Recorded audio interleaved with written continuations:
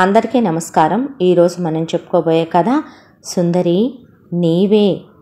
కథలోకి వెళ్ళబోయే ముందు మీరు కనుక మన ఛానల్ని ఫస్ట్ టైం చూస్తున్నట్లయితే తప్పకుండా మన ఛానల్ని లైక్ చేయండి, షేర్ చేయండి, సబ్స్క్రైబ్ చేయండి, బెల్ ఐకాన్ క్లిక్ చేసి ఆల్ అనే బటన్ ప్రెస్ చేయడం మర్చిపోకండి. కథను ఎక్కడ స్కిప్ చేయకుండా వినండి. మరి కథలోకి వెళ్ళిపోదామా? అది ఒక అందమైన పల్లెటూరు. పచ్చని పొలాలతో కళకళలాడిపోతూ ఉంటుంది. ఆ ఊళ్ళో నిత్యం కొలిసే అమ్మవారి గుడి. ఇక చుట్టూ లేగదూడలు అలా గెంతే వాటి పరవళ్ళు గలగలా పాడే నది, చిన్నపిల్లల ఆటపాటలు, ముసలివాళ్ళు వేసే సరదా అయిన సామెతలు, ఒకవైపున స్కూల్లో మాస్టారు చెప్పే పాఠాలు, బాలమురళి మాస్టర్ గారు నేర్పించే అందమైన నృత్యం, ఆ నృత్యంలోనే మెళకువలు, ఎన్నో రకరకాలుగా మన ప్రాంతీయ నృత్యాలు అడుగంటిపోతున్న ఈ రోజుల్లో, అవి కనుమరుగైపోతున్న ఈ రోజుల్లో ఆయన ఇంకా మనకు పాతకాలం నాటి విద్య ఎవరూ దానిని గుర్తించట్లేదనే బాధతో ఎవరు ఎంతిస్తే అంతా తీసుకొని పిల్లలకి నాట్యం కూడా అవసరమేనని నేర్పించుకొచ్చే గొప్ప వ్యక్తి. ఇక ఆయన భార్య శ్రీవిద్య పిల్లలందరినీ కూర్చోబెట్టి ఆవిడ గాత్రంతో సంగీతం నేర్పిస్తుంటే కోయిలమ్మ సైతం ఒక క్షణం ఆగి ఆమె గొంతు ముందు తన గొంతు చిన్నపోయిందే అని కూ కూ అని వెళుతూ ఉంటాయి ఆ చెట్ల మీద. ప్రశాంతమైన వాతావరణం, అందమైన పొదరిల్లో. ఆ పొదరింట్లో బాలమురళి గారికి శ్రీవిద్యకి నలుగురు కూతుళ్ళో. పెద్దమ్మాయి పేరు ఇందిర, రెండో అమ్మాయి పేరు ప్రణవి, మూడో అమ్మాయి పేరు పూర్వి, నాలుగో అమ్మాయి పేరు ప్రకీర్తి. ఆ సరస్వతీదేవి కటాక్షంతో నలుగురు కూతుళ్ళు వసంత పంచమి రోజునే పుట్టారు వాళ్ళకే. ఇక లక్ష్మీ కటాక్షం ఉన్న వాళ్ళకి సరస్వతి కటాక్షం ఉండదంటారు పెద్దలు. కానీ సరస్వతి కటాక్షం ఉన్న వాళ్ళకి లక్ష్మీ కటాక్షం వెతుక్కుంటూ వస్తుందట. పిల్లలు నలుగురు అపరంజి బొమ్మల్లా, బంగారు బొమ్మల్లా ఉంటారు నలుగురు కూడా. ఇక వాళ్ళని వేలెత్తి చూపించడానికి ఏ వంక ఉండదు. ముక్కు కన్ను తీరుల్లో పిల్లలు చక్కగా ఉంటారు. వీళ్ళకి సాధన చేసి నేర్పిస్తే కనుక, సంకల్పంతో వీళ్ళు నేర్చుకుంటే కనుక మంచి భవిష్యత్తు ఉంటుందని ఆయన పుట్టినప్పుడే అనుకున్నాడు. మన కళలన్నీ అడుగంటిపోతున్న ఈ రోజుల్లో మన బిడ్డలు నలుగురు నేర్చుకుంటే మరికొంతమంది బిడ్డలకి ఆ విద్య అబ్బుతుందనేది ఆయన అభిలాష. ఒక్కరోజు ఒకళ్ళని ఒక మాట అన్నట్టు కానీ, ఒక మాట పడినట్టు కానీ ఆ భార్యాభర్తల చరిత్రలోనే లేదో. అందమైన పర్ణశాల, పెద్ద ఒక హాల్ లాంటి డాన్స్ నేర్పించే గది, సంగీతం నేర్పించే గది, పైన రెల్లు కప్పే అయినా కూడా లోపల పెద్ద నటరాజస్వామి విగ్రహం, శారదాదేవి విగ్రహం, శ్రీకృష్ణుడి విగ్రహం. ఆ అట్మాస్ఫియర్లోకి ఎవరమైనా వెళితే ప్రకృతి ఒడిలో అలా వెళ్ళిపోయామో మనం. అసలు ఆ ఊరే అంత అద్భుతంగా ఉంటుందంటే ఆయన నాట్యం నేర్పించే చోటు అంతకన్నా అద్భుతాతి అద్భుతంగా ఉంటుంది. కాలచక్ర ప్రవాహంలో పిల్లలు పెరిగి పెద్దవాళ్ళు అవటం మొదలుపెట్టారు. పెద్దమ్మాయి చదువు కూడా ఆడపిల్లకి అవసరం కాబట్టి డిగ్రీ కంప్లీట్ చేసిందే. రెండో అమ్మాయి డిగ్రీ ఫైనల్ ఇయర్లో ఉంది. మూడో అమ్మాయి సెకండ్ ఇయర్లో, నాలుగో అమ్మాయి ఫస్ట్ ఇయర్లో ఉన్నారు. పిల్లలు చదువులో ఫస్ట్, ఆటపాటల్లో ఫస్ట్, నాట్యంలో ఫస్ట్, సంగీతంలో ఫస్ట్. ఇక ఇంటి పని, వంట పని చేశారా వంక పెట్టే పనే ఉండదు. ఏదైనా సరే తలుచుకుంటే కుట్లు, అల్లికలు, చిటికలు అలా బొమ్మలు వేశారంటే ఒక మనిషిని నుంచోబెట్టి అసలు నిజంగా అది బొమ్మ లేక ఆ మనిషి వచ్చి ఆ చిత్రంలో నిలబడ్డాడా అన్నంత అద్భుతంగా గీస్తారు నలుగురు. ఇది వచ్చు ఇది రాదు అనేది ఏదీ లేదో. అన్ని విద్యలు ఆ తల్లి తమ బిడ్డలకే అనుగ్రహించిందా అని మురిసిపోయేవాళ్ళు ఆ తల్లిదండ్రులు. దానికి తోడు పిల్లలకి వినయం, విధేయత. ఒకప్పటి మన రామాయణం, మహాభారతం లాంటి పురాణ ఇతిహాస గ్రంథాలనే అవపోసన పట్టేశారు పిల్లలు. దానికి తోడు తల్లి నేర్పించిన సంస్కారం, ఒళ్ళు కనిపించకుండా వేసుకునే బట్టలు, అశ్లీలమైన మాటలు మాట్లాడకపోవటం. ఇప్పటికీ ఆ ఊళ్ళో వైఫై లాంటి టెక్నాలజీలు లేవు. టీవీలో ఇక కేబుల్ వైర్ కూడా చాలా ధనవంతుల ఇళ్లల్లోకి అతి కష్టం మీద డబ్బు పెట్టి ఆ కేబుల్ వైర్ని లాగించుకొని పెట్టించుకున్న కుటుంబాలు చాలా కొన్నే. ఇక ప్రకృతి ఒడిలో ఉండటం అలవాటు పిల్లలకే. ఆ ప్రకృతిలో మైమరిచిపోయే ఆడుకోవటం, అక్క చెల్లెళ్ళు నలుగురు కలిమిడిగా ఉండటం, తల్లిదండ్రులు చెప్పిన మాట వినటం, తండ్రికి తల్లికి వాళ్ళు నేర్పించే సంగీతంలో డాన్స్లో సహాయం చేయటం, ఇంటి పని వంట పనిలో సహాయం చేయటం, పిల్లలు కూర్చునే దేవుడి విగ్రహాలు లాంటివి అలాంటివి చేసే బొమ్మల కొలువులు లాంటివి, రుక్మిణి కళ్యాణాలు, తులసి కళ్యాణాలు, గోదా కళ్యాణాలు ఇవి చేస్తూ ఉంటే ఇంకా అడుగంటిపోతున్నాయనుకున్న మన కళలో ఎక్కడో మిగిలే ఉన్నాయేమో మన వేదాల్లో రాసిన మన పండుగలు. ఇవన్నీ చేసేనా అలాంటి దేవదేవుల్ని భర్తలుగా పొందారు ఆనాటి కన్యలు అనేంత అద్భుతంగా ఉంటారు అమ్మాయిలు. ఎప్పుడు చేతికి గోరింటాకు, కాళ్ళకి పారాణి, కాళ్ళకి సిరిమువ్వ గజ్జెలో, మెళ్ళో సన్నదే అయినా సరే ఒంటిపేట బంగారు గొలుసు, చెవులకి కుండబుట్టలు, చూడటానికి చేతుల నిండా మట్టి గాజులు, బంగారు బొమ్మల్లాగా ఉంటారు. పిల్లల్ని చూస్తే చాలండి కడుపు నిండిపోద్ది అని అందరూ చేతులెత్తి మరీ నమస్కరించేవాళ్ళు ఆ దంపతులకే. ఎవడు ఎంతిస్తే అంతా తీసుకోవటమే తప్ప ఇంత కావాలని డిమాండ్ చేసే మనిషి కాదు భార్య భర్త ఇద్దరూ కూడా. అలా ఆ ఊళ్ళో వాళ్ళకి చాలా మంచి పేరుంది. అదే ఊళ్ళో కోటాను కోటీశ్వర్లైనటువంటి ఒక కుటుంబం జమీందారులు ఒకప్పుడు ఈ ఊళ్ళో ప్యాలెస్ లాంటి ఒక పెద్ద ఇంట్లో ఉండేవారట. అయితే తాత ముత్తాతల కాలం నాడు వస్తున్న వందలన ఎకరాల పొలాలు కౌళ్ళకి పడేసి ఆ ఇంటిని పనివాళ్లతో శుభ్రం చేయించి తాళాలు వేయించి వాళ్ళు సిటీల్లో పెద్ద పెద్ద ఫ్యాక్టరీలు పెట్టుకొని సెటిల్ అయిపోయారు. అలా ఉన్నటువంటి ఆ కుటుంబంలోని మిగిలిన ఇంటి పెద్ద పేరు శ్రీకర్రావు. అతని భార్య పేరు సువ్రత. ఇక ఈ భార్యాభర్తలకి ఎన్నో పూజలు పునస్కారాలు వ్రతాలు చేస్తే పుట్టిన ఒకే ఒక్క వారసుడు, పెళ్ళైన 20 ఏళ్ళకి కలిగిన ఫలితం వాసుదేవ్. ఇక పిల్లాన్ని చిన్నప్పటి నుంచి చాలా అల్లారు ముద్దుగా పెంచుతూనే క్రమశిక్షణ అనే దాంతో వాళ్ళ ఇష్ట ప్రకారమే పెరిగేలా అదుపాజ్ఞల్లో హద్దుల్లో తమ మాట మీరకుండా తామంటే ప్రాణం పెట్టే విధంగా పెంచుకొచ్చేశారు శ్రీకర్రావు సువ్రత. శ్రీకర్రావుకి ఒకే ఒక చెల్లెలు, పేరు సత్యవతి. ఆ చెల్లెల్ని భూషణ్ అని ఒక అతనికి ఇచ్చి పెళ్లి చేశాడు శ్రీకర్రావు. చెల్లెలు అన్నను వదిలే అప్పగింతల్లో అత్తారింటికి వెళ్ళనందని బావమరిదినే మీరు అతనికేమీ వాటా పెట్టొద్దు, నేను చూసుకుంటాను నా చెల్లెలు బావమరిదినని ఇంటికి తెచ్చి పెట్టుకున్నాడు. సత్యవతికి సువ్రతకి మధ్య కూడా మంచి బాండింగ్సే ఉంటాయి. ఎంతసేపు రాజకీయ వ్యవహారాల దగ్గర అందరూ కలిసి ఒకే విషయాల్లో ఉంటారు. ఇక శ్రీకర్రావు ఎంత చెప్తే అంతే వింటాడు భూషణ్కి 3 కూతుళ్ళు. ఆ 3 కూతుళ్ళనే శ్రీకర్రావే చదువులు చెప్పించి మంచి చెడ్డ చూస్తూ ఉంటాడు. మేనగోడళ్ళన్నా చెల్లెలన్నా చెల్లెలు మొగుడన్నా పెళ్ళామన్నా కొడుకన్నా చాలా ఇష్టం శ్రీకర్రావుకే. శ్రీకర్రావు పెద్దపీట వేసేదే ధనానికి, ఆ తర్వాత పెద్దపీట వేసేదే అహానికి. ఇక ఆ విషయంలో ఏ లోటు లేదో. ఈ మధ్య కొత్తగా వీళ్ళ ఆస్తి వ్యవహారాల్లో చాలా పెద్ద పెద్ద గొడవలు జరుగుతున్నాయి. దాంతో ఇక్కడే ఉంటే ఈ కుటుంబాన్ని అవతల ఉన్న ఆపోజిట్ వాళ్ళు పైకి పంపించడానికి కూడా రెడీగా ఉన్నారని తెలిసి లాయర్ కొంతకాలం పాటు మీ పూర్వీకుల ఊరు ఉంది కదండి పల్లెటూరు, అదే ఎటు సెల్ ఫోన్ సిగ్నల్స్ కూడా అందని ఊరు, ఇప్పటికీ అక్కడ జనాలు అక్కడక్కడ బాగా డబ్బున్న వాళ్ళు కీప్యాడ్ ఫోన్లు ల్యాండ్ లైన్లు వాడటం తప్ప స్మార్ట్ ఫోన్ల దాకా డెవలప్ అవ్వలా. మీరు అక్కడికి వెళ్ళారన్నా ఎవరికీ తెలీదో.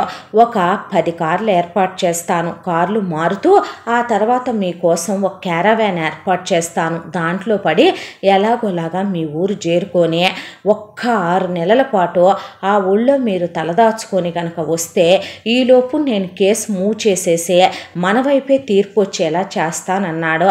దాంతో ఇక ప్రాణమా లేకపోతే ఆస్త రెండూ కావాలిగా అన్నాడు శ్రీకర్రావు.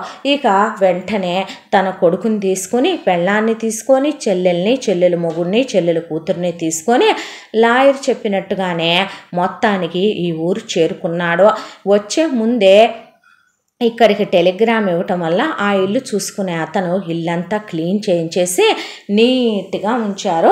ఇక మొత్తం దులిపే వంటవాడు సిద్ధంగా ఉంటాడు వెళ్ళొచ్చేసరికి. అలా ఇక్కడ క్యారవాన్లో దిగారు.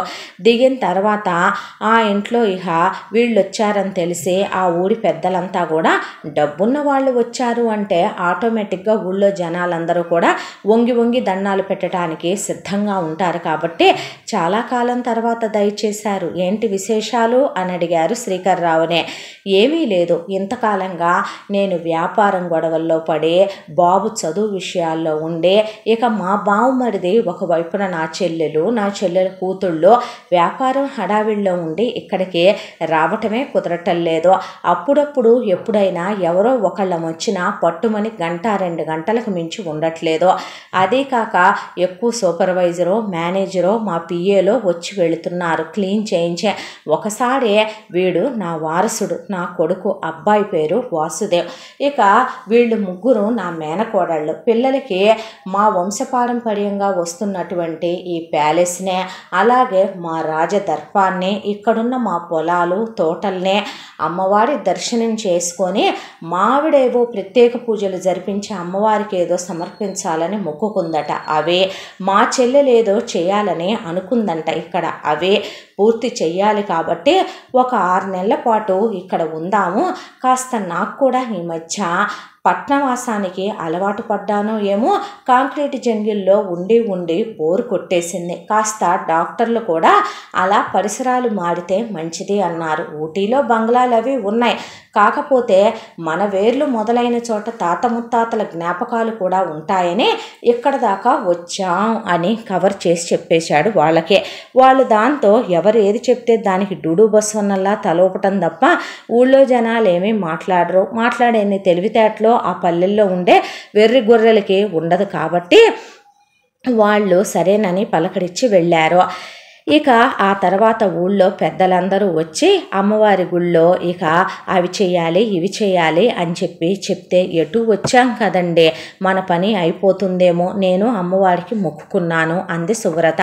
అంటే అలాగేనని గుడి దాకా వెళ్ళొద్దామని చెప్పి శ్రీకర్రావు ఊళ్ళో పెద్దలతో కలిసి బయలుదేరాడు. అలా వెళుతున్న వేళకే ఇక కొడుకును కూడా వెంట పెట్టుకొని రమ్మనమనే పాటికి వాసు నువ్వు కూడా రానన్నా అని వాసును కూడా వెంట పెట్టుకొని వెళుతుంటే ఇక అక్కడ వీళ్ళు అలా వెళ్తూ ఉండగా ఎదురుగా బాలమురళి గారు తన పెద్ద కూతురు ఇందరిని తీసుకుని ఆయన ఏదో మాట్లాడుకుంటూ వస్తున్నాడు. వస్తుంటే ఊళ్ళో ఉన్న పెద్ద మనుషులు ఆగి ఆయనకి నమస్కరించి, శ్రీకర్రావు గారు ఈయన మన ఊళ్ళోనే చాలా గొప్ప వ్యక్తే, ఇక నాట్యాచారుడు ఈయన భార్య ఆ తల్లి అపర సరస్వతీదేవే, ఆవిడ పేరు శ్రీ విద్యాదేవి గారు, ఈయన పేరు బాలమురళీ కృష్ణ గారు. ఏదో కొంత మనం ఇచ్చినంత రొక్కం మాత్రమే పుచ్చుకొని విద్యలు అడుగంటిపోకూడదు అనే దాంతో ఆయన పిల్లలకి నాట్యాన్ని, ఆ నాట్యంలోని ఎన్నో రకాల మెళకువల్నే, ఆ మహాతల్లి సంగీతాన్ని, ఇక అమ్మాయిలు రకరకాలుగా పిల్లలకు ముగ్గులు పెట్టడం ఎలా, మన పాతకాలం నాటి పురాణాలు ఇతిహాసాలు వాటన్నిటి గురించి కూడా చెప్తూ ఉంటారండి. ఈయన చాలా గొప్ప వ్యక్తి అని పరిచయం చేసి ఆయనకి ఎన్ని అవార్డులు వచ్చాయో ఎన్ని మెడల్స్ వచ్చాయో కానీ డౌన్ టు ఎర్త్ ఉండే మనిషి, చాలా గొప్పోడు అని చెప్పేపాటికి ఆ గొప్ప వ్యక్తి అన్న మాట విన్న శ్రీకర్రావు ఆయనకి నమస్కారం అండి అంటే, నమస్కారం తమరు అన్నాడు ఆయన. మన మాజీ జమీందారు గారు ఉన్నాడు కదా, వారి మునిమనవులు అవుతారేనా, వీరి పేరు శ్రీకర్రావు గారు, సిటీలో సెటిల్ అయ్యారు.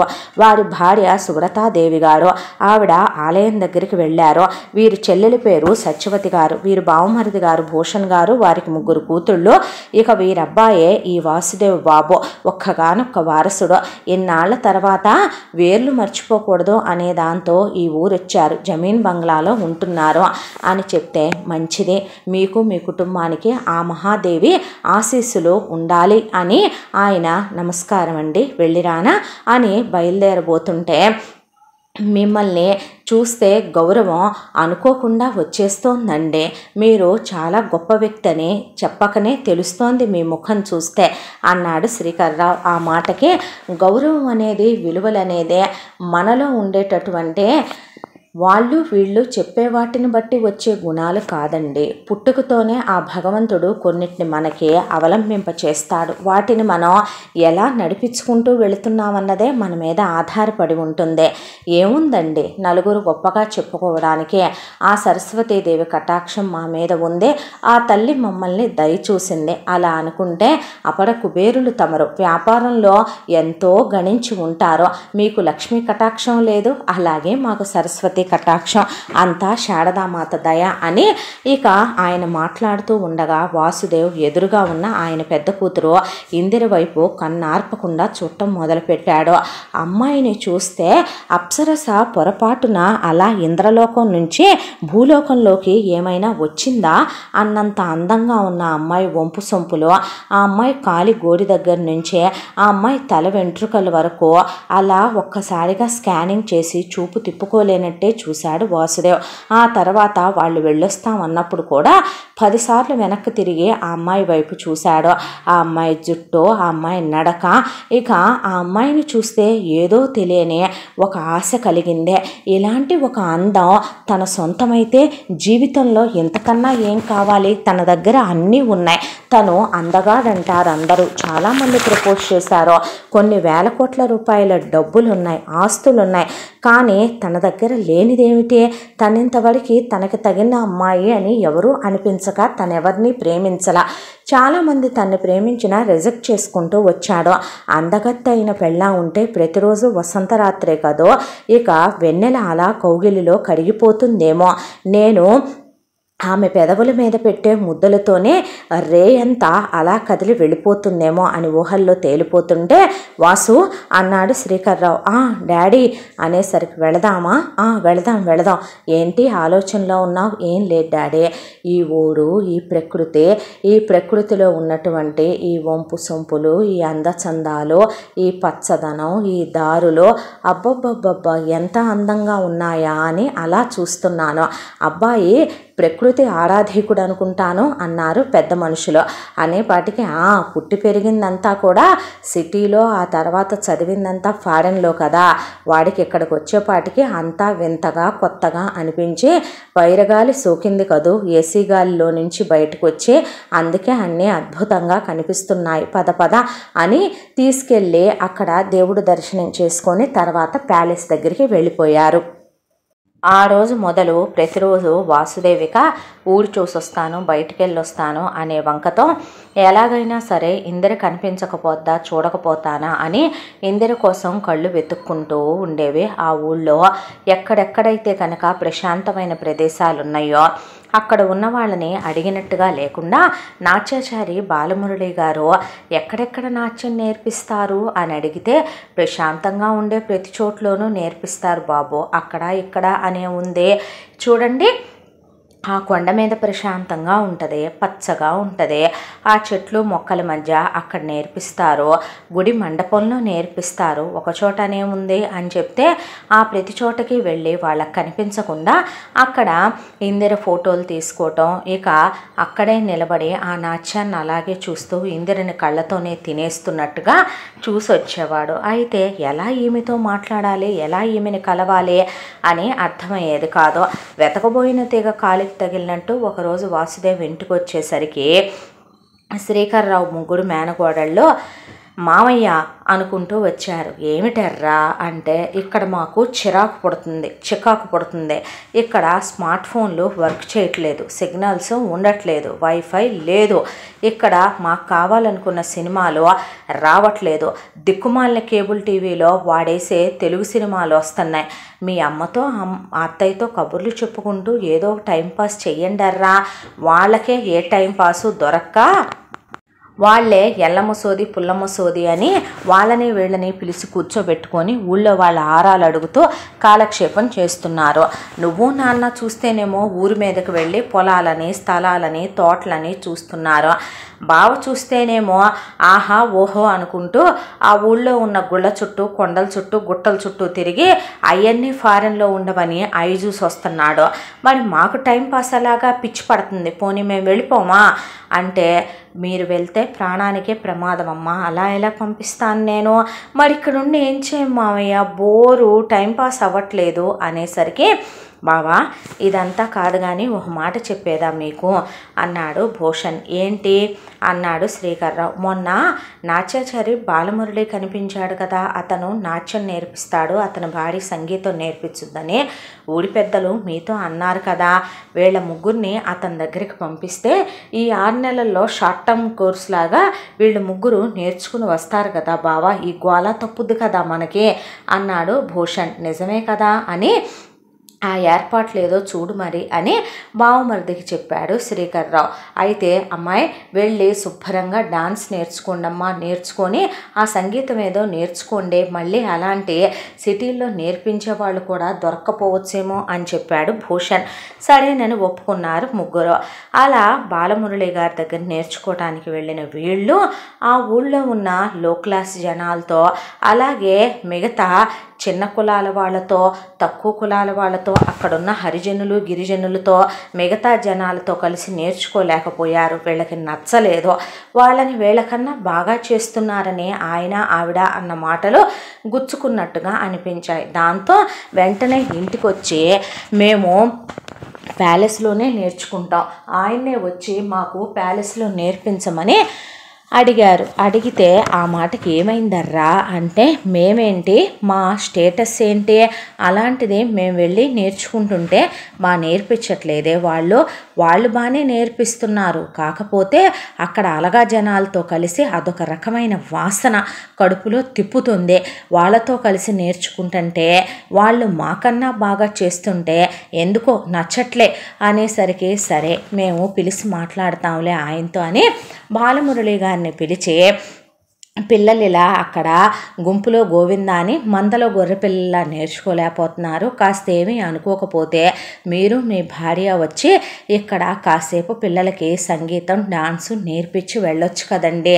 మీ రుణం ఉంచుకోము, మీరు ఎంత అడిగితే అంతా ఇస్తాం అన్న మాటకి ఆయన, నేను ఇంకా విద్యను అమ్ముకునే స్థితికి అయితే దిగజారలేదండి, ఆయన నలుగురిలో విద్యని నేర్చుకోవటం అవమానంగా భావించాల్సిన విషయం ఏంటో నాకు అర్థం కాలేదు అంటే, నేనేమైనా వాళ్ళని చిన్నబుచ్చానా, నేనేమైనా వాళ్ళ మనసు గాయపరిచే విధంగా మాట్లాడానా, నా భార్య ఏమన్నా కించపరిచి మాట్లాడిందా, తప్పు ఏదో మాకే అర్థం కావటం లేదో అంటే, అయ్యయ్యో అనేదా భావించకండి, మీరు బాగానే నేర్పుతున్నారనే అన్నారు పిల్లలు, కాకపోతే అంతమంది అలగా జనాలతో కలిసి ఎంతైనా కలిగినింటి బిడ్డలు, కోటీశ్వరులు, ప్యాలెస్ల్లో పుట్టి పెరిగిన వాళ్ళు, స్థాయి, అంతస్తు, హోదా అనేది ఉంటుంది కదా, అవి మర్చిపోయి అందరితో నేర్చుకోవటం అంటే వాళ్ళ వల్ల కావట్లేదు.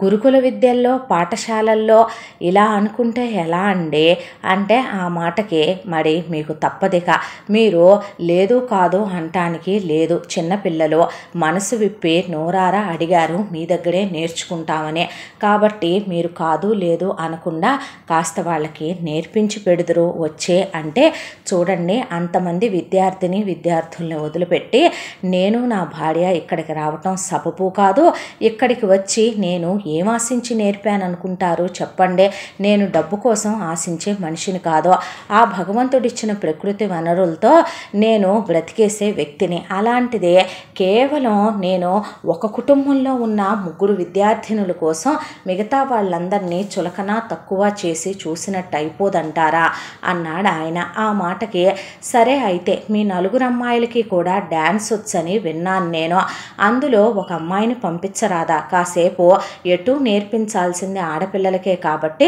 కాలక్షేపము అవుతుంది, ఆడపిల్లలకు ఆడపిల్లే కాబట్టి మీరు తప్పట్టుకోవాల్సిన విషయం కూడా లేదు అన్నాడు భూషణ్. ఆ మాటకి నా ఇంటి ఆడపిల్లల్ని కూడా నేను ఉన్నంతలో పరుగు ప్రతిష్టలతోనే పెంచుతున్నానండి. ఇంతవరకు ఎప్పుడు ఎవరిళ్ళకి పిల్లల్ని నాచగత్తెలుగా నేను పంపించింది లేదు. వాళ్ళు ఇప్పటి వరకు దేవుడి ముందు ఆడటం, తల్లిదండ్రులుగా మా ముందు ఆడటం, ప్రదర్శనలు ఎప్పుడైనా మేము ఇవ్వాలనుకున్నా సరే వాళ్ళు అలా ఇవ్వటమే తప్ప ఏ రోజు ఎవరి ముందుకు వెళ్ళింది లేదు. ఇప్పుడేమీ ప్రదర్శనలు ఏర్పాటు చేయట్లేదు కదండి, అంత తప్పట్టుకోవాల్సిన అవసరం ఏముంది, కాస్త పంపిద్దురు, కాదనకుండా ఇవి చేతులు కాదనుకోండి అనేసారు వాళ్ళు. దాంతో సరే మరి అలాగైతే రేపటి నుండి మా పెద్దమ్మాయి ఇందిర వస్తుంది, వచ్చి తనకి గాత్రం అలాగే నృత్యం రెండూ వచ్చు, తను నేర్పించి వచ్చేస్తుందిలేండి అని చెప్పాడు ఆయన. చెప్తే అంతకన్నా నా మహద్భాగ్యం అని ఇక గురుదక్షిణలు అవి రెడీ చేసుకోమని చెప్తే తెల్లారి నుంచి ఇందిర రావటం మొదలుపెట్టింది. ఇక ఇందిర వేసే నృత్యం నేర్పించటం, ఇందిర ఒబ్బిడి, సహనం, ఓర్పు, విసుక్కోకపోవటం, ఇందిర వంపు సొంపులు, ఇందిర కళ్ళు, ఇందిర అభినయించటం, ఇందిర పట్టే ముద్రలు, ఇందిర నడుము వంపు సొంపులు అవన్నీ చూస్తూ మైమరిచిపోయి పిచ్చెక్కిపోయింది వాసుదేవికి. ముందు ఇంట్లో ఉన్నటువంటి శ్రీకర్రావు గారు అబ్బాయిగా జమీందారు మనవడుగా పరిచయం చేసుకొని మాట్లాడటం మొదలుపెట్టాడు. ఆ తర్వాత ఒక రోజున ఇందిరని నేనే డ్రాప్ చేస్తానని తీసుకెళ్ళి డైరెక్ట్గా వెళ్తే పట్టేది 10 నిమిషాలు, అయితే కొండ చుట్టూ తిప్పుకుంటూ 3-4 గంటలకి తీసుకెళ్తే ఎందుకు ఇతను ఇంతసేపు తీసుకొచ్చాడో ఇందిరకు అర్థం కాలేదు. అలా ఒక 15 రోజులు గడిచిన తర్వాత నేను వెళ్తాలేండి పర్వాలేదు, నడుచుకుంటూ వెళ్ళినా నాకు పట్టేది 10 నిమిషాలు, ఆ కొండెక్కి దిగానంటే నేను డైరెక్ట్గా మా పర్ణశాల దగ్గరికే వెళ్ళిపోతాను అంది ఇందిర. నేను వస్తాను పదమని నడిసొచ్చి కొండ మీదకి వెళ్ళాక, నువ్వంటే నాకు ఇష్టం, నేను నిన్ను ప్రేమిస్తున్నాను, నేను సుందరి నిన్ను తప్ప ఎవరిని భార్యగా ఊహించుకోలేను, నేను నిన్ను ప్రాణానికి ప్రాణంగా ప్రేమిస్తున్నాను, నీవే నా భార్యవి కావాలని అనుకుంటున్నాను అంటే పోయిటరీ బాగా చెప్పారు. చూడండి, ప్రతి మనిషికి కూడా స్థాయిలు, హోదాలు అనేవి కొన్ని ఉంటాయి. మీ వాళ్ళు మా పర్ణశాలలో నలుగురితో కలిసి నాట్యం నేర్చుకోవటమే అవమానంగా అనిపించి మా నాన్నగారిని రిక్వెస్ట్ చేయటం వల్ల ఇక్కడ దాకా వచ్చి నేను నాట్యం నేర్పిస్తున్నాను, ఇంతకుముందు మీరెవరో మాకు తెలియదు, ఇక్కడి నుంచి మీరు వెళ్ళిపోతారు, కొంతకాలం ఉండటానికి ఇక్కడికి వచ్చారని నేను తెలుసుకున్నాను. ఇక మరొక విషయం చెప్పమంటారా, అందని ద్రాక్ష పుల్లన అని మా స్థాయికి హోదాలకి మించిన వాటి కోసం నేను ఎప్పుడూ ఆశపడాలనుకోలేదండి. దయచేసి మీరు అనవసరంగా ప్రశాంతంగా ఉన్న మా జీవితాలనే మీరు అనవసరంగా డిస్టర్బ్ చేయొద్దని నా మనవి అనేసింది. ఆ మాటకు అదేంటి అలా మాట్లాడతావు అంటే, స్థాయి హోదా ప్రేమికులకు అడ్డం వస్తుందా, నువ్వు నా ప్రాణం నా సర్వస్వం అని ఆ రోజు నుంచి ఆమె వెంట పట్టం మొదలుపెట్టాడు. ఆ తర్వాత ఒక 2-3 నెలల కాలానికి అతని ప్రేమ నిజమేననిపించి ఇందిర కూడా ప్రేమించడం మొదలుపెట్టింది. ఆ తర్వాత ఇందిరని చాలాసార్లు కౌగిలించుకోవాలని, పెదవుల మీద ముద్దు పెట్టాలని, ఆమెతో అడ్వాన్స్ అయి ఫిజికల్ అవ్వాలని చాలా ట్రై చేశాడు వాసుదేవ్. కానీ ఇందిరలోని ఆడపిల్ల దానికి సరేనన్నా తండ్రి పెంపకంలో పెరిగినటువంటి ఇందిర మాత్రం అది తప్పని వారించి అతన్ని చిటికిన వేలు కూడా తాకనివ్వలేదు. దాంతో పల్లెటూరులో పుట్టి పెరిగిన అమ్మాయి, ప్రపంచ జ్ఞానం లేని అమ్మాయి అన్నీ పెళ్లి తర్వాతే అంటోందని, పెళ్ళైతే జీవితాంతం ఈ అందం నాది కాదా అనుకున్న వాసుదేవ్ ఆ తర్వాత ఆమెని ఇబ్బంది పెట్టడం మానేసి కూర్చుని కబుర్లు చెప్పటం, ఆమె పాదాలని ముద్దు పెట్టుకోవటం, ఆమెని అలా ఎంత అద్భుతంగా ఉంటుందో నీ నాట్యమని ఆమెతో సరసాలాడటం ఇలా చేస్తూ ఉన్నాడు. ఇలా ఒక 5 నెలల కాలం గడిచిపోయింది.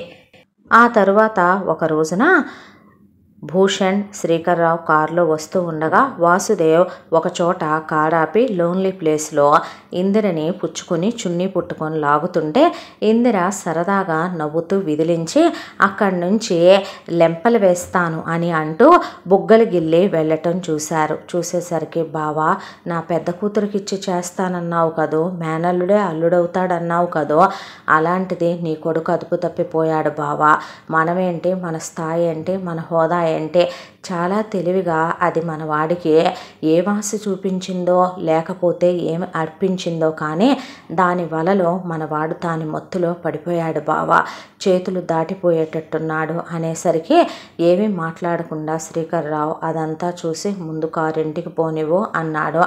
ఇంటికి వెళ్ళగానే ఇంట్లో వాళ్ళందరినీ ముందు పిలు అని భూషణ్కి చెప్పి ఏంటి అని అందరూ వస్తే ఈ రాత్రికే మన ప్రయాణం, వెళ్ళి ఎవరి వాళ్ళు మొత్తం సామాన్లు సర్దుకోండి అని చెప్పాడు. అదేంటి మావయ్య ఇంకా కొన్నాళ్ళు ఉండాలన్నావుగా అన్న మాట అంటే అదేమిటండి అయిపోయిందా మన ఆస్తి పని, అన్నీ పరిష్కారం అయిపోయినాయా అని అడిగింది సువ్రత. ఆ తర్వాత సత్యవతి అప్పుడే బయలుదేరటం ఏంటన్నయ్య, ఇంకా మనం వచ్చి 6 నెలలు అవ్వలేదుగా, 5 నెలలేగా అయింది అంటే అయిపోవచ్చిందిలే, ఇంకా మనం ఇక్కడ ఉండాల్సిన అవసరం ఏమి లేదు, ఇప్పుడు మన అవసరం అక్కడే ఉంది, నోరు మూసుకొని వాగింది చాలు, ఇంకా బయలుదేరితే డ్రైవర్ని పిలిచి లగేజీ మొత్తం సర్దేసే, బాబు లగేజీ మాత్రం నువ్వు సర్దేసే సువ్రత అని చెప్పాడు.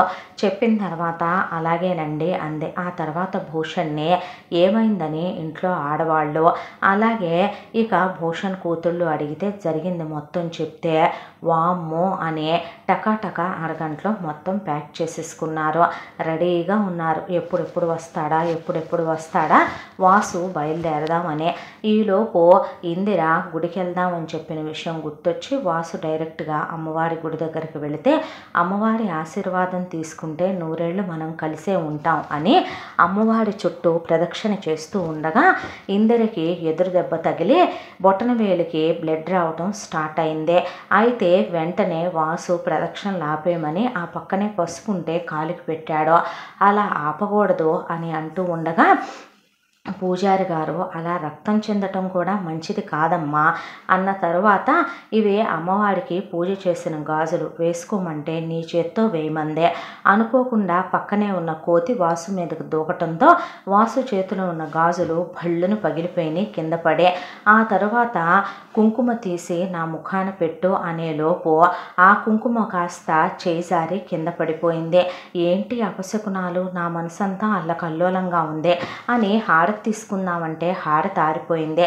ఇందిర ఈలోపు నేను మెల్లగా అమ్మవారిది వెనకాల ఒక చిన్న విగ్రహం ఇంకొక అమ్మవారిది ఉంటుంది, దర్శనం చేసుకొని పుట్ట దగ్గర కూడా దర్శనం చేసుకొని వస్తాను, ఈ ప్రసాదం తింటూ కూర్చోమని వాసుకిచ్చి అటు వెళ్ళేసరికి ఇందిర చిన్ననాటి స్నేహితురాలు కలిసి చదువుకున్న వాణి ఇందిరకు పరిచయం అయింది. ఎలా ఉన్నావు వాణి, ఎన్నాళ్ళైందే నిన్ను చూసే, ఎన్నాళ్ళ తర్వాత మళ్ళీ రాక, అసలు ఏమైపోయారు, ఫ్యామిలీ ఎందుకు వెళ్ళిపోయారు మీరు, ఏంటి ఇన్నాళ్ళకి మళ్ళీ ఇక్కడికి అంటే అమ్మమ్మ తాతయ్యని చూసి వెళదామని వచ్చాను, ముదిబొగ్గులు అయిపోయారు కదా, నన్ను చూడాలని కలవరిస్తున్నారని అమ్మా నాన్న చెప్తే వచ్చా, ఎలా ఉన్నావు, ఏమీ బాలేదిందో అంటే ఏమైందే, నేను నీకు తెలుసుగా కాలేజీ చదివే రోజుల్లో ఒకడు నన్ను ప్రేమిస్తున్నాను అని చెప్పాడని వాడికి నేను మానసికంగా శారీరకంగా కూడా అంకితమై అన్నీ అర్పించేశాను. ఆ తర్వాత వాడికి బోలెడంత డబ్బు ఉందని నన్ను వాడుకొని వాడి దారిన వాడు వెళ్ళిపోయాడు. ఆ తర్వాత నేను గర్భవతినయ్యాను. ఆ విషయం తెలిసి ఇంట్లో పెద్ద గొడవ అయింది. ఇక్కడి నుంచి మా ఫ్యామిలీ సిటీకి వెళ్ళిపోవాల్సి వచ్చింది. వెళ్ళి మా అమ్మ నాన్న వాళ్ళ కాళ్ళ మీద పడ్డంత పని అయిందే, కానీ వాళ్ళు దయతలచలేదు, అబార్షన్ చేయించమని. ఈ విషయం బయటకు వస్తే మాకు పెద్ద వాళ్ళతో పలుకుబడి ఉందని కొంత డబ్బు మా నాన్న ముఖాన కొట్టి మీరెంత, మీ బ్రతుకులెంత, ఆకాశానికి నిచ్చెనలు వేయటానికి అంతస్తులు హోదాలు స్థాయిలు మర్చిపోయి కలిగినింటి వాడికి అన్నీ అర్పించటానికి నీ కూతురు వేశ్య, దీనికన్నా నీ కూతుర్ని గంటల లెక్కన తార్చుకోకూడదా అనే నానా మాటలు అన్నాక అక్కడి నుండి నన్ను ఇంటికి తీసుకొచ్చి అవమాన భారంతో నాన్నగారు అమ్మ పురుగుల మందు తాగి పోయారు. ఆ తర్వాత ఇక మా నానమ్మ తాతయ్య వాళ్ళకి ఈ విషయం తెలిసి వెంటనే వాళ్ళు అక్కడికి వచ్చి ఈ విషయం తెలిస్తే చుట్టాలు బంధువుల్లో పరువు పోద్దని నాకు అబార్షన్ చేయించేసి తమ్ముడిని చదువు బాధ్యత వాళ్ళు తీసుకొని అప్పటికప్పుడు నాకు ఇక ఒక రెండో సంబంధం ఆయనకి 2 పిల్లలు ఉన్నారు, నాకు నాకన్నా 17 ఏళ్ళు పెద్దోడు. అయినా సరే కాస్త మంచివాడేనని ఆయనకిచ్చి పెళ్లి చేసి పంపించారు. ఆయన నోట్లో నాలుక లేని మనిషే, కానీ ఆ పిల్లలు వాళ్ళమ్మలాగా గయ్యాళి వాళ్ళు. వాళ్ళతో అస్సలు వేగలేకపోతున్నాను. ఇక నాకు పిల్లల్ని కంటానికి వీల్లేదని అబార్షన్ల మీద అబార్షన్లు, ఇప్పటికి 20 అబార్షన్లు చేయించేశారు వాళ్ళమ్మ వాళ్ళు. నేను కేవలం ఆ ఇంట్లో ఒక పని మనిషిగా ఆ పిల్లలకి ఇక ఏదో వాళ్ళ అమ్మ పోయింది కాబట్టి వాళ్ళకి మరొక తల్లిగా ఉండటానికి తప్ప నాకు అక్కడ ఏ విలువ లేదు. ఆయన మాత్రం రోజు అనవసరంగా తను నేను వివాహం ఆడానని, నా జీవితం తన వల్లే నాశనమైందని బాధపడుతూ ఉంటాడు. ఎవరమేమనుకొని మాత్రం ప్రయోజనం ఏముంది? చేతులు కాలిన తర్వాత వాళ్ళన్న మాటలకి అమ్మా నాన్న అలా చేసిపోయారు, నా బ్రతుకు ఇలా మిగిలిపోయింది అని చెప్పి వస్తానిందు అని వెళ్ళిపోయింది. ఇందరికి వాణి చెప్పిన మాటలు చెంప మీద పెట్టి ఎవరో కొట్టినట్టుగా అనిపించి నరాలు తెగిపోయినట్టుగా అనిపించింది. కన్నీళ్లతో తిరిగొచ్చి వాసు పక్కన కూర్చుంటే ఏమైంది అని అడిగాడు. అడిగితే నిజంగా సిటీకి వెళ్ళిపోతే నీకు నేను గుర్తుంటానా వాసు? మళ్ళీ తిరిగి వస్తావా? ఈ ప్రేమలు ఇవన్నీ పెళ్లిదాకా వెళ్ళేనా? మీ స్థాయి ఏంటి? మీ హోదా ఏంటి? నిజంగానే నేను నీ విషయంలో అత్యాశ పడ్డానా? నా స్నేహితురాలి జీవితం ఇలా అయిపోయిందంట, రేపు నా జీవితం అలాగే అర్థాంతరంగా ముగిసిపోద్దా? ప్రతి ప్రేమ పెళ్లిదాకా చేరుద్దంటావా? జీవితాంతం మనిద్దరం కలిసే ఉంటామంటావా? ఈ ప్రేమ నిజమా నటన? మీ వాళ్ళు అసలు మన ప్రేమకు ఒప్పుకుంటారా? ఇవన్నీ జరిగేవా? నేను కలల్లో ఊహల్లో బ్రతుకుతున్నానా అనే కన్నీళ్లు పెట్టుకొని ఈరోజు నపశకునాలు నాకెందుకు ఎదురయ్యాయి అని బాధపడుతూ కూర్చుంది. ఇప్పుడే వస్తాను ఉండు అని లేచి వెళ్ళిన వాసు గుడి దగ్గర ఒక పసుపు కొమ్ము తీసుకొని పసుపు దారానికి కట్టి కూర్చొని ఉన్న ఇందరి మెళ్ళలో కట్టేశాడు. ఏంటిది అంటూ ఉండగా, అన్ని అపశకునాలు జరిగిన నీ జీవితంలో ఈరోజు ఇది శుభశకునమేనని ఆమె మెళ్ళలో దండ వేసి నొసటన కుంకుమ పెట్టాడు. ఏం పని వాసు ఇది అనేసరికి, ఇది నీకు నా మీద నమ్మకం కలగటానికి. రేపే మా అమ్మ నాన్నకి మన ప్రేమ విషయం చెప్పి మీ ఇంటికి నేనే వాళ్ళని సాంప్రదాయబద్ధంగా తీసుకొచ్చి పిల్లని అడిగి ఆ తర్వాత ఘనంగా మన ఎంగేజ్మెంటు, పెళ్ళి, హనీమూన్ చేసుకొని లైఫ్లో ఎప్పుడు నీ కళ్ళల్లో నుంచి చుక్క కన్నీళ్లు రాకుండా నిన్ను చాలా హ్యాపీగా చూసుకుంటా. నీ చెల్లెళ్ళ రెస్పాన్సిబిలిటీ నేనే తీసుకుంటా. అత్తయ్య మావయ్యనే అమ్మా నాన్నల్లా చూస్తా. నువ్వే కంగారు పడకో అని చెప్పాడు. ఆమెకి ఏం మాట్లాడాలో అర్థం కాలేదు. ఒక్క 24 గంటలు నీ భరోసా కోసమే తాళి కట్టాను, ఇప్పుడు మనం భార్యాభర్తలమేనేమో కలిసి ప్రదక్షిణలు చేద్దామా అంటూ ఉండగా ఆమెకి నోట్లోంచి మాట రాలేదు. ఆ తర్వాత వద్దులే, ఈ టైంలో ఎందుకు, చీకటిగా ఉంది గుడి చుట్టూ అన్న తర్వాత సరేనని ఆమెని ఇంటి దగ్గర దింపి తాళి జాగ్రత్త, తెలిస్తే గొడవ అవుద్ది అనేసరికి డ్రెస్సు లోపలికి వేసేసుకుంది. ఆ తర్వాత ఇంటికి వెళ్ళిపోయాడు వాసు. ఇప్పుడికిప్పుడే బయలుదేరుతున్నామని అందరూ కూర్చొని ఉండేపాటికి, అదేమిటి నాన్న అనేపాటికి, మనం అర్జెంటుగా అక్కడికి వెళ్ళాలిరా, మనం అక్కడికి వెళ్ళాల్సిన పని ఉంది. అదేంటి నాన్న, ఇంకా 4 రోజులు టైం ఉంది కదా అంటే, మనమేమన్నా ఇక్కడ శాశ్వతంగా ఉండిపోవటానికి వచ్చామా వాసు? ఇప్పుడు మనం అక్కడ ప్రాపర్టీ గొడవలు ఉన్నాయి, ఇక్కడికి వచ్చాము, ఇప్పుడు అక్కడ ప్రాబ్లం సాల్వ్ అయిందే, మనం అక్కడికి వెళ్ళాలి, అది చాలా ఎమర్జెన్సీ, ఇంకా నువ్వేం మాట్లాడటానికి వీల్లేదు, బయలుదేరనేసరికి ఈ విషయం ఎలా ఇందరికి చెప్పాలి, ఎవరిని పంపించాలి? ఇంట్లో పని వాళ్ళు ఎవ్వరూ లేరు. పోనీ తను ఫోన్ చేయటానికి తన దగ్గర ఫోన్ లేదు, ఉన్న ఆ ఫోన్ కలవదు, తనే వెళ్ళేంత టైము ఇవ్వలేదు. ఆల్రెడీ క్యారవాన్ బయలుదేరిపోయింది. బయలుదేరు వాసు అన్నారు అమ్మా నాన్న. అమ్మా నాన్నలకి వాసు ఎదురు చెప్పలేడు. వాసుని వాళ్ళలా పెంచారు చిన్నప్పటి నుంచే. తన ఇష్టానికి తన్ను వదిలేస్తున్నట్టుగా వదిలేసి గాలిపటాన్ని దాని ఇష్టం వచ్చినట్టుగా ఎగరనిస్తున్నట్టే కనపడుద్ది కిందున్నవాడు, కానీ దాన్ని ఆదేశించే దారం అవతల వాళ్ళ చేతిలో ఉన్నట్టు వాసు జుట్టు కూడా ఎప్పుడూ అమ్మా నాన్నల చేతిలోనే ఉంటుంది. దాంతో వాసు ఇందరికి మాట మాత్రం చెప్పకుండా బయలుదేరి సిటీకి వెళ్ళిపోయాడు. తెల్లారేసరికి వచ్చిన జమీందారు గారు వాళ్ళ ఫ్యామిలీ వెళ్ళిపోయిందని, వచ్చిన పని అయిపోయినట్టుందని ఊళ్ళో వాళ్ళందరూ అనుకుంటూ ఉండగా ఆ విషయం ఇందరికి తెలిసిందే. పరుగున పిచ్చిదానిలాగా పరిగెత్తుకుంటూ ప్యాలెస్ దగ్గరికి వస్తే సెక్యూరిటీ వాళ్ళు వెళ్ళిపోయారుగా ఇందిరమ్మ రాత్రి అని చెప్పేసరికి మనిషికి మాట పలుకు లేకుండా అక్కడికక్కడే కుప్పకూలిపోయింది.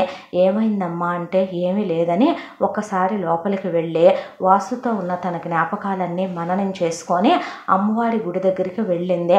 పిచ్చిదానిలాగా అమ్మవారి వైపే చూస్తూ పేగులు తెగిపోయేలాగా ఏడ్చింది. అంత క్రితం రోజు ఎక్కడైతే నిలబడ్డారో, ఎక్కడైతే వాసు తాళి కట్టాడో, ఎక్కడైతే దండలు మార్చుకున్నారో, ఎక్కడైతే కుంకుమ పెట్టారో అవన్నీ గుర్తుకొచ్చి గోడలకేసి తలకాయలు బాదుకొని పిచ్చిదానిలాగా ఏడ్చి ఏడ్చి ఏడ్చి అలా గుడిలో ఆనుకొని కూర్చుండిపోయింది స్తంభానికి. అక్క ఎక్కడికి వెళ్ళిందా అని ముగ్గురు ఆడపిల్లలు కలిసి వెతుక్కుంటూ ఉంటే పూజారి గారు గుళ్ళోనే ఉందమ్మా, ఉదయం నుంచి అమ్మాయి అని చెప్పేసరికి పరిగెత్తుకుంటూ గుడి దగ్గరికి వచ్చి, ఏంటక్క ఇక్కడున్నావు నువ్వు, అమ్మ నాన్న కంగారు పడుతున్నారు, ఏదైనా ముక్క ఏంటి, పద వెళ్ళిపోదాం, రాత్రిపూట అమ్మవారు గుళ్ళో సంచరిస్తారో ఉండకూడదని నానుడి కదా అని చెల్లెళ్ళు తీసుకెళ్ళిపోయారు. ఇంటికి వెళ్ళిన తర్వాత ఏం తల్లి అలా ఉన్నావు అని అడిగితే, ఏం లేదమ్మా తలనొప్పిగా ఉందే, ఆలయంలో ఏమైనా త్వరగా పెళ్లి కావాలని మొక్కుకున్నావా ఏంటే, మొక్కు తీర్చుకోవటానికి వెళ్ళావా చెప్పకుండా అన్నారు అమ్మా నాన్నలో. ఆ తర్వాత ఇక కళ్ళు కాయలు కాసేలాగా వాసు దగ్గర నుంచి ఉత్తరం వస్తుందేమో, ఫోన్ చేస్తాడేమో, తనే వస్తాడేమోనని పిచ్చిదానిలాగా ఎదురు చూడటం మొదలుపెట్టింది. రోజు ఆ గుడికి వెళ్ళటం, గంటలు గంటలు కూర్చోవటం. పిల్ల గుడికి వెళ్తుందంటే పెళ్లి దహస పట్టిందేమో అనుకున్నారు అమ్మా నాన్న. ఈలోపు బ్రహ్మాండమైన సంబంధం వచ్చింది ఇందరికే. ఇక అబ్బాయి ఎప్పుడో ఒకసారి ఒక పెళ్లిలో ఇందరిని చూస్తున్నాడు. మంచి పిల్లాడిది ఎంటెక్ కంప్లీట్ అయింది, ఐటీ కంపెనీలో ఉద్యోగం.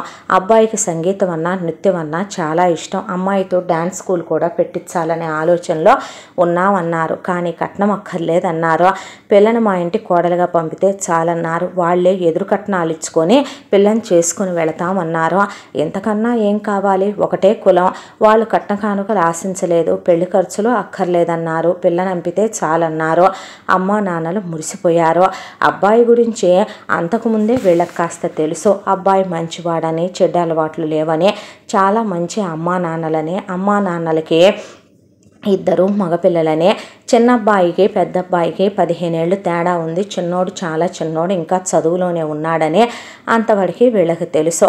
అబ్బాయి ఉద్యోగం చేసే చోటే ఓన్ ఫ్లాటు, కారు కూడా ఉందని తెలిసి పిల్లంత అదృష్టవంతురాలు అని మురిసిపోయారు. ఇందిర ఇంటికి వచ్చేసరికి చేతిలో గుప్పెడు పంచదార పట్టుకొని, ఇక శ్రీ విద్య, మా అమ్మే మా తల్లే, నీ మీద సరస్వతి కటాక్షమే కాదే, ఆ ముక్కోటి దేవతల కటాక్షం ఉందే. నేను పెళ్లి చేసుకోవటానికి పెళ్లివారు పిల్లని అడగటానికి ఇంటికి వచ్చారు తెలుసా, పిల్లని పంపితే చాలన్నారే, ఎంత మంచి సంబంధం అనుకుంటున్నావు అని చెప్పేపాటికి ఇందరి పై ప్రాణాలు పైనే పోయినాయి. మెళ్ళో ఉన్న తాళేం చేయాలి, ఇప్పుడు తను ఒకడికి భార్య, ఇల్లాలా, ఈ పెళ్లికి విలువ ఉందా లేదా, అమ్మా నాన్నల దగ్గర ఈ విషయం ఎలా దాచేదే.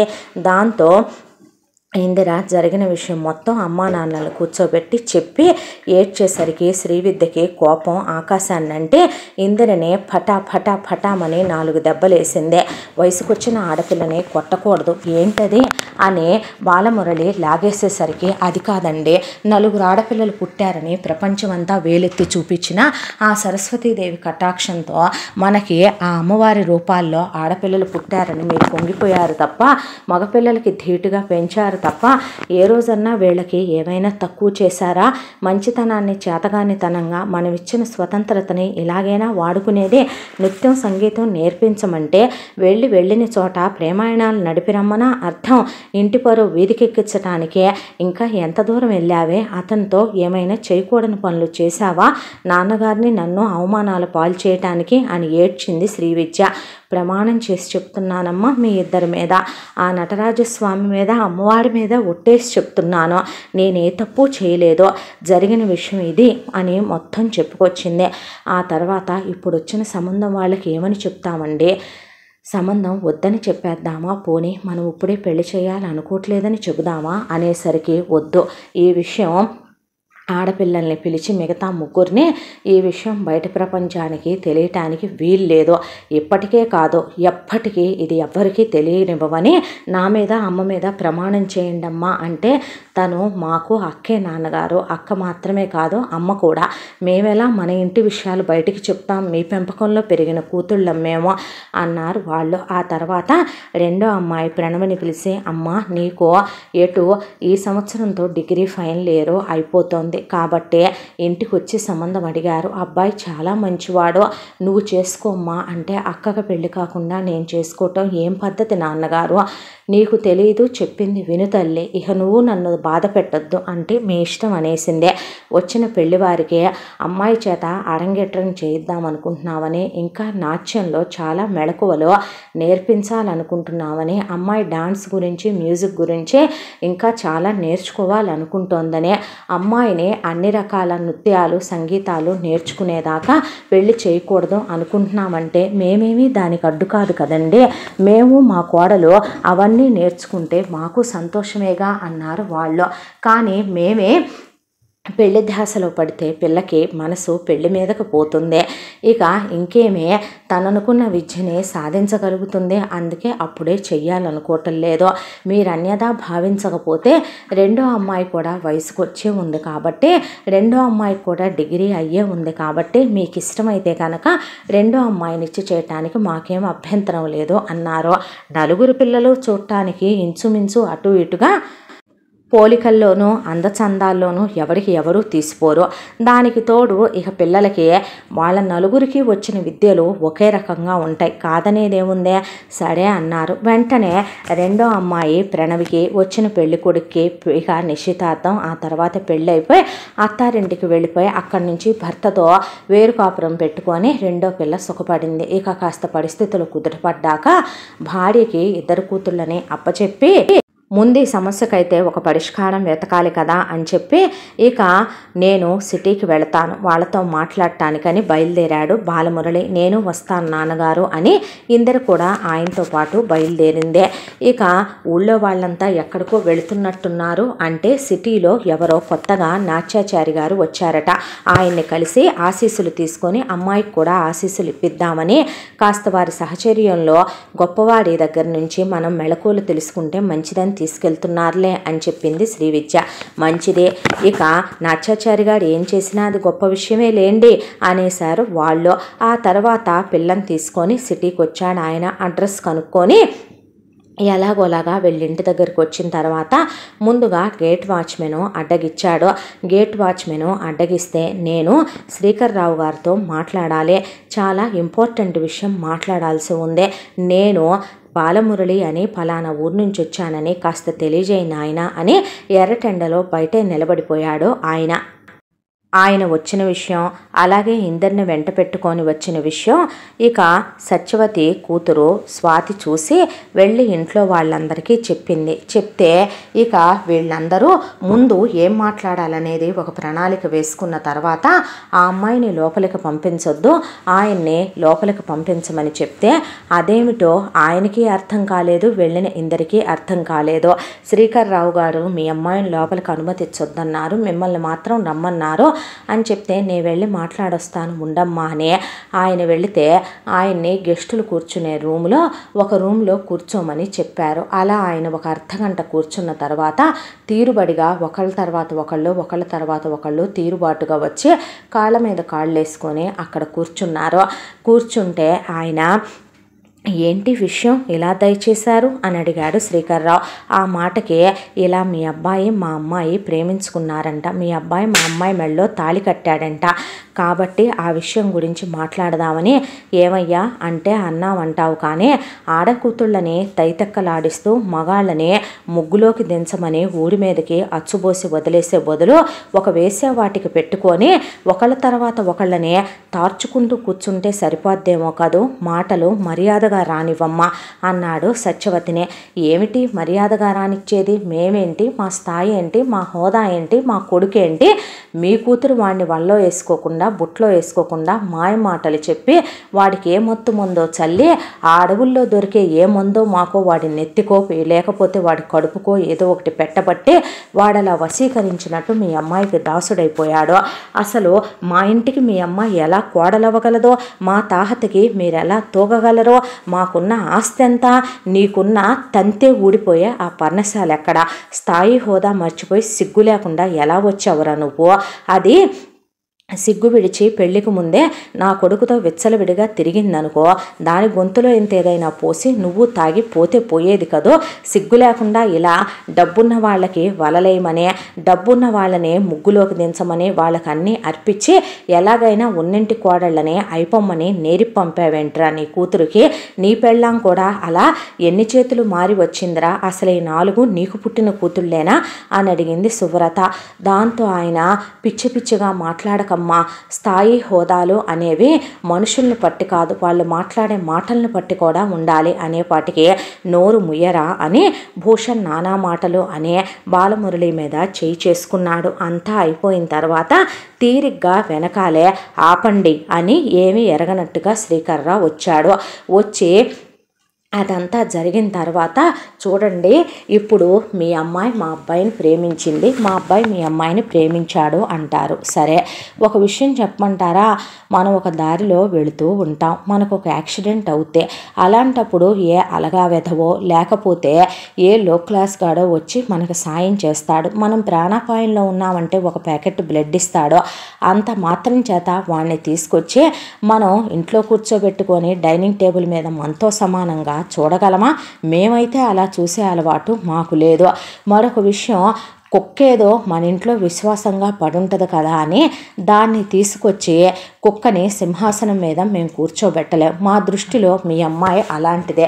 రోడ్డును పోయే ఎవరో అడ్డమైన కుక్కల్నే చిత్తకార్త కుక్కలు మదమెక్కి మగాళ్ళ వెంట పడ్డాయి అనేసరికి వాటన్నిటినీ తీసుకొచ్చే మా ఇంటి మగపిల్లలకి ఇచ్చి చేసుకుని మా పరువుగా భావించే కోడళ్ల కిరీటాలు వాళ్ళ నెత్తిన పెట్టడానికి మేమైతే సిద్ధంగా లేము. మీరు దయచేస్తే మంచిదే. లేదు కాంపన్సేషన్ కింద ఏమైనా కావాలంటే మీకు ఎంత కావాలన్నా నేను ఎప్పుడూ సహాయం చేయటానికి సిద్ధంగా ఉంటాను. మీరంటే ఒక వ్యక్తిగా నాకెప్పుడూ గౌరవం ఉంది, కానీ ఆడపిల్లని కన్న తండ్రిగా పెంపకంలో మాత్రం మీరు ఫెయిల్ అయిపోయారు. చివరికి కూతుర్ని కని పెంచే విధానం నా దగ్గర నుంచి మీరు నేర్చుకుంటే అస్సలు బాగోదనేది నా ఉద్దేశం. అయినా మగాళ్ళ ముందు పమిట జార్చే ఆడవాళ్ళని ఏమంటారు అది మీకే తెలియాలి అనేసరికి ఆయన ప్రాణం చచ్చిపోయింది. దాంతో బయటికి గెంటేయమని నేను అనకముందే వెళ్తావని నేను అనుకుంటున్నాను అన్నాడు శ్రీకర్రావు. అనేసరికి బయటకు వచ్చేసాడు బాలమురళి. ఏమైంది నాన్న అని అడిగేపాటికి ఒకవైపున ఎర్రటి ఎండ. ఆయన అప్పటి వరకు అలాంటి మాటలు ఎవరితోనూ పడ్డ వ్యక్తి కాదు. ఇక ఆయనకు ఒక్కసారిగా మనిషి కళ్ళు బైర్లు గమ్మేసి ఆ పక్కనే ఒక ఉంటే దాని మీద కుప్పకూలిపోయాడు. అక్కడే ఉన్న పనమ్మాయి అవన్నీ వినొచ్చి ఏమవటం ఏంటమ్మా, వాళ్ళు ఇలా అన్నారు, ఇలా అన్నారు, ఎందుకమ్మా అలాంటి వాళ్ళని ప్రేమించడం, నువ్వు ఇక్కడ దాకా ఆయన్ని తీసుకొచ్చి అవమానింప చేయడం, ఎవరికి ఉండే విలువ వాళ్ళకు ఉండదా చెప్పు, వాళ్ళు ఇలా మాట్లాడి పంపారు నీ తండ్రిని అనేపాటికి ఇందరిలో కోపం కట్టలు తెంచుకుంది. దాంతో సెక్యూరిటీ వాళ్ళు అడ్డగిస్తున్నా ఆగకుండా వాళ్ళని తోసిపడేసి లోపలికి వచ్చింది. కరెక్ట్గా అదే టైంకి వాసుదేవ్ వస్తున్నాడని అల్లంత దూరం నుంచే ఫోన్ వచ్చేసింది వీళ్ళకే. ఇంట్లో వాళ్ళెవరిని మాట్లాడొద్దని సైలెంట్ అయిపోమ్మనమని సైగ చేశాడు శ్రీకర్రావు. భూషణ్తో సహా ఎవరు ఏమీ మాట్లాడకుండా నుంచుంటే ఈలోపు వాసుదేవ్ వచ్చి కారు దిగితే పరిగెత్తుకుంటూ భూషణ్ ఎదురుగా వచ్చి, అల్లుడు నువ్వు బాలమురళి కూతురు ఇందిరని ప్రేమించావా, తాళి కట్టావా, పెళ్లి చేసుకున్నావా అని అడిగితే, ఏం మావయ్య ఏమైంది అని అడిగితే, ఎంత పని చేసావు అల్లుడో, చివరికి మీ అమ్మ నాన్నకి బ్రతకుండగానే చితంటిద్దాం అనుకుంటున్నావా, మాటలతోనే అవమానాలతోనే ఆత్మహత్య చేసుకునేలా చేద్దాం అనుకుంటున్నావా అనేసరికి ఏం జరిగింది మావయ్య అని అడిగితే, ఏం జరగటం ఏంటి, ఆ అమ్మాయికి వాళ్ళ నాన్న అమ్మాయి కలిసి మన ఇంటి మీద దాడి చేయడానికి వచ్చారు. ఇక లోపలికి వచ్చి ఇప్పటి వరకు వాళ్ళ నాన్న వాళ్ళ అమ్మాయికి వేరే సంబంధం చూసుకున్నాడంట. నువ్వు వాళ్ళ అమ్మాయి ఫోటోలు తీసావు, వాళ్ళ అమ్మాయి జీవితాన్ని ఏం చేద్దాం అనుకుంటున్నావు, నువ్వు వాళ్ళ అమ్మాయి జీవితంలోకి వచ్చి వాళ్ళ అమ్మాయి జీవితాన్ని చిన్నాభిన్నం చేద్దాం అనుకుంటున్నావా, మీరెంత, మీ స్థాయి ఎంత, మీ హోదా ఎంత అంటే అదేవన్నమాట అండి. పిల్లలు ఇష్టపడ్డప్పుడు అంటే ఆ మాటకి మా అమ్మాయికి ఎప్పుడో సంవత్సరం క్రితమే పెళ్లి నిశ్చయం అయింది. మేమెప్పుడో మా అమ్మాయికి పెళ్లి నిశ్చయం చేసేసుకున్నాము. అలాంటిది మీ అబ్బాయి మా అమ్మాయిని ముగ్గులోకి దించి ప్రేమనే నాటకం ఆడి మా అమ్మాయి మెడలో తాళి కట్టడం ఏంటి, మా అమ్మాయి ఫోటోలు కూడా తీసుకున్నాడంట. ఒక ఇంటికి వెళ్ళి కాపురం చేయాల్సిన పిల్ల మర్యాదగా మా ఫోటోలు మా వీడియోలు మాకు ఇప్పించేస్తే పద్ధతిగా ఉంటుంది. ఈ విషయం బయటికి రాకుండా ఉండాలంటే వాళ్ళు 5 కోట్లు ఇమ్మనమని డిమాండ్ చేస్తున్నారు అల్లుడు. దాంతో మీ నాన్న మీ అమ్మ ముందు చాలా నచ్చ చెప్పారు. ఆ తర్వాత తప్పు మా అబ్బాయిది మాత్రమే ఉన్నట్టు మాట్లాడకండి, ఇందులో తప్పే ఉంది, మీ అమ్మాయి కూడా మా అబ్బాయిని ప్రేమించిందే అన్న తర్వాత వాళ్ళ నాన్న బయటికి వెళ్ళి కూతురికి అన్నీ చెప్పి కూతురు నిసుగొలిపితే ఆ అమ్మాయి లోపలికి వచ్చి మన ఇంట్లో వాళ్ళందరినీ నానా మాటలు మాట్లాడుతోంది. తెలుసా అసలు ఏం జరిగింది అల్లుడు? ఇంతకాలంగా నేను తన్ని ప్రేమించిన మాట నిజం మావయ్య, తన్ని పెళ్లి చేసుకున్న మాట నిజం. ఎన్ని రోజులుగా తన్ను కలవాలని తనతో మాట్లాడాలనే తప్పించిపోయింది నా హృదయం. కానీ ఇక్కడికి వచ్చిన దగ్గర నుంచి నాన్నగారు లండన్ వెళ్ళి రమ్మని, యుఎస్ వెళ్ళి రమ్మని, ఆఫీస్ మీటింగులు ఉన్నాయని, ఆఫీస్ పనులు ఉన్నాయని ఒకదాని తర్వాత ఒకటి నా తల మీద పురమాయించేసరికి నాకు తన్ని కలవటం మాట్లాడటమే కుదరలేదు.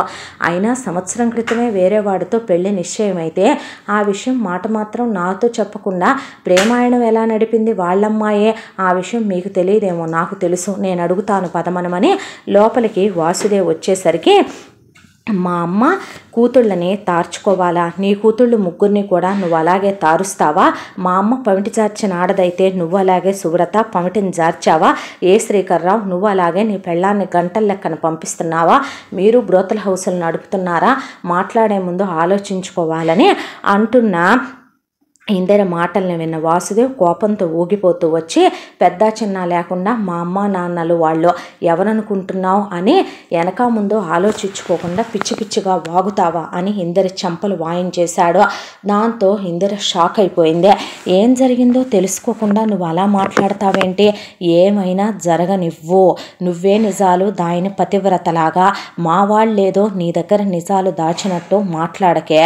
అసలు నీలో నాకు నచ్చిందే నువ్వు క్లాస్ దానివని, నువ్వు చెప్పిన మాట వింటావని, నోరెత్తకుండా పడుంటావని నువ్వు నాకు నచ్చావు. చూడగానే నీ ఫిజిక్ నచ్చింది. నిన్ను అనుభవించాలంటే నీకు తాళి కట్టాలి, ప్రేమించాను, కట్టాను, నిజంగానే పెళ్లి చేసుకుందాం అనుకున్నా. నిన్ను మోసం చేద్దామని నేను నిజంగా నీ లైఫ్లోకి రాలా.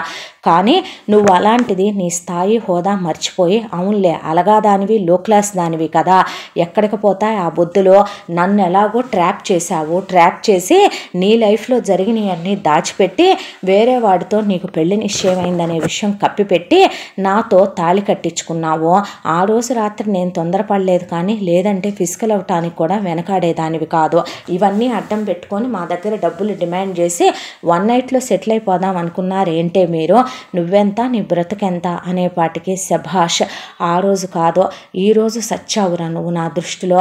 నేనా నిన్ను ప్రేమించాను, నేనా నీ చుట్టూ తిరిగాను, నేనా కళ్ళబొల్లి మాటలు చెప్పాను, నేను అలా చెప్పేలా నువ్వు చేసుకున్నావు, నేను అలా చెప్పేలా నువ్వు నన్ను నీ మోహిని అస్త్రాలతో బంధించి నీ వశం చేసుకుందాం అనుకున్నావు, నేనేగా?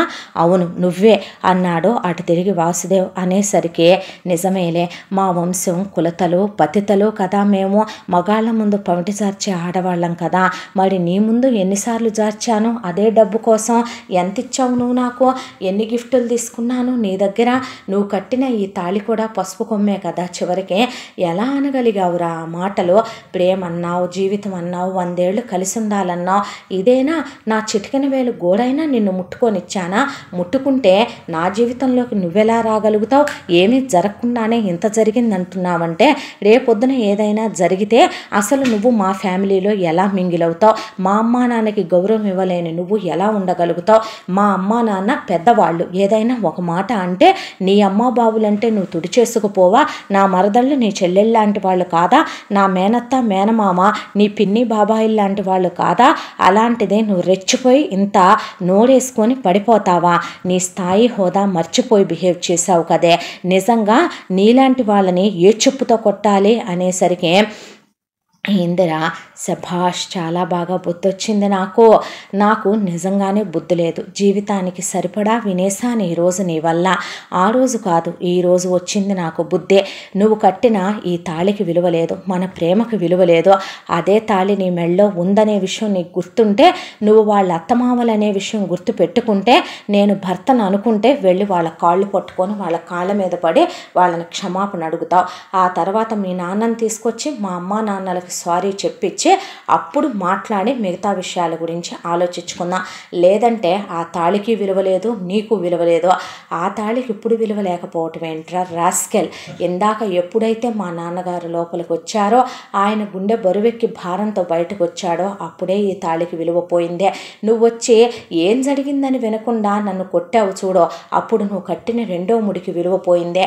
నన్ను లో క్లాస్ దాన్నని ఒక కులతతో పతితతో నన్ను మనీ మైండెడ్ పర్సన్తో పోల్చేసావు చూడు, అప్పుడే మూడో ముడికి విలువ తెగిపోయిందే అని తాళిని తెంచి ముఖం మీద కొట్టింది. అక్కడే ఉన్న వాసుకే గుడ్ బై, లైఫ్లో మళ్ళీ నీ ముఖం నాకు చూపించకో. నువ్వురా నిజం చెప్పాలంటే లో క్లాస్ వెధవ్వే. నిజానికి ఎంతెంత భవంతుల్లో అద్దాల మేడల్లో ఉండే వాళ్ళకి హృదయాలు చాలా పెద్దవి ఉంటాయి అనుకోవటం నా పొరపాటు. నా చెప్పుతో నన్ను నేను కొట్టుకోవాలి.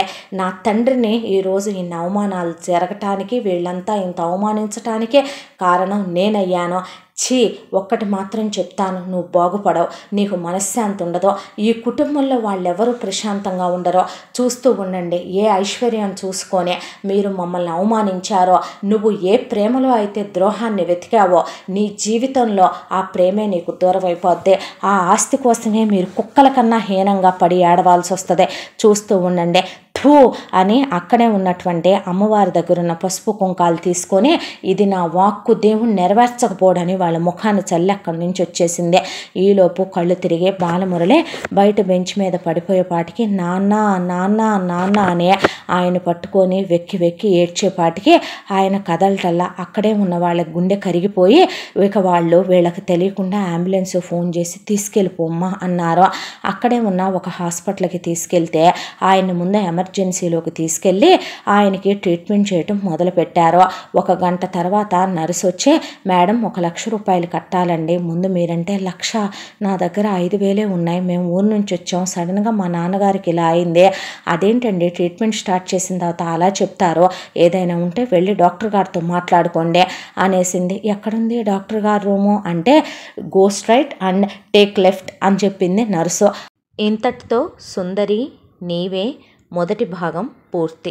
ముగింపు భాగంతో మళ్ళీ కలుసుకుందాం. తప్పకుండా మన ఛానల్ని లైక్ చేయండి, షేర్ చేయండి, సబ్స్క్రైబ్ చేయండి, బెల్ ఐకాన్ క్లిక్ చేసి ఆల్ అనే బటన్ని ప్రెస్ చేయడం మర్చిపోకండి. ఈ కథను మనకు అందించిన కథా రచయిత్రి జి. యామిని శ్రీనివాస్ గారు. Thank you.